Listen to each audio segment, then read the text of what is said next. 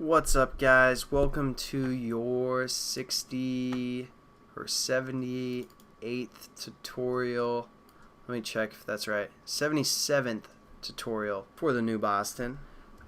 So basically what we're going to do in this tutorial is something really simple. It's real quick, real easy. Last thing we're going to do for this graphics surface class, I know I told you guys we were done with that, but since I'm going to release this app on the market for you guys to download, some of you guys might already have downloaded it if you are living in the future, because then it would already be on the marketplace and this video would be made in your past. I don't know what I'm talking about. It's too late. But basically we want to be conscious of slower devices that will download our app from the marketplace. So how we can kind of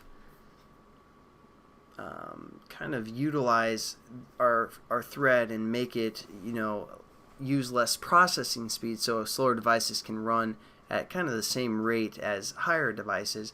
We want to set up kind of a frames per second atmosphere when we work with animation or game development, because as of now, within this on-touch method is basically the only thing that's kind of going as fast as it can, because we have this return true here. It's just cycling through and updating and like sweating, and we're like, hey man, you want some water? He's like, no, I gotta do this man, get out of my way.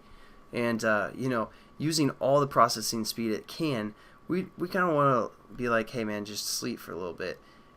Yeah, you're like, sleep, we already know how to do that. Yeah, I mean, it's a pretty simple concept, but when working with game development, it comes in very beneficial to have a set frame rate that you work with.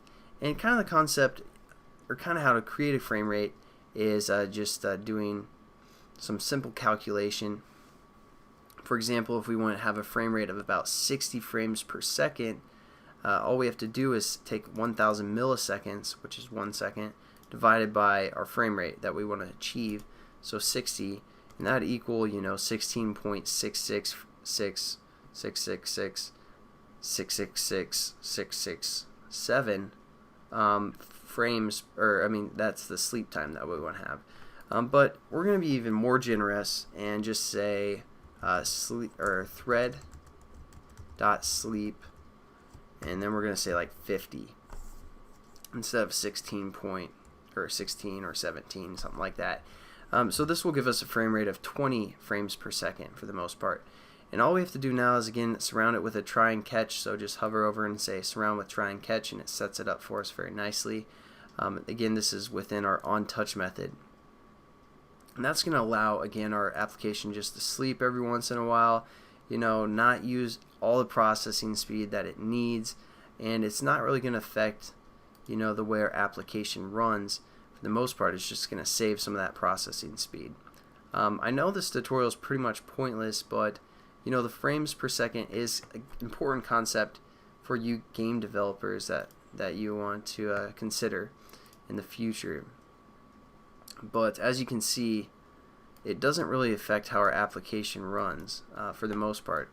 It actually makes it run faster because we have more processing speed, and it doesn't really affect the performance. So hopefully, I don't know, this tutorial is just pathetic. I'm sorry guys, but again, frame rates, or frames per second, is an important concept.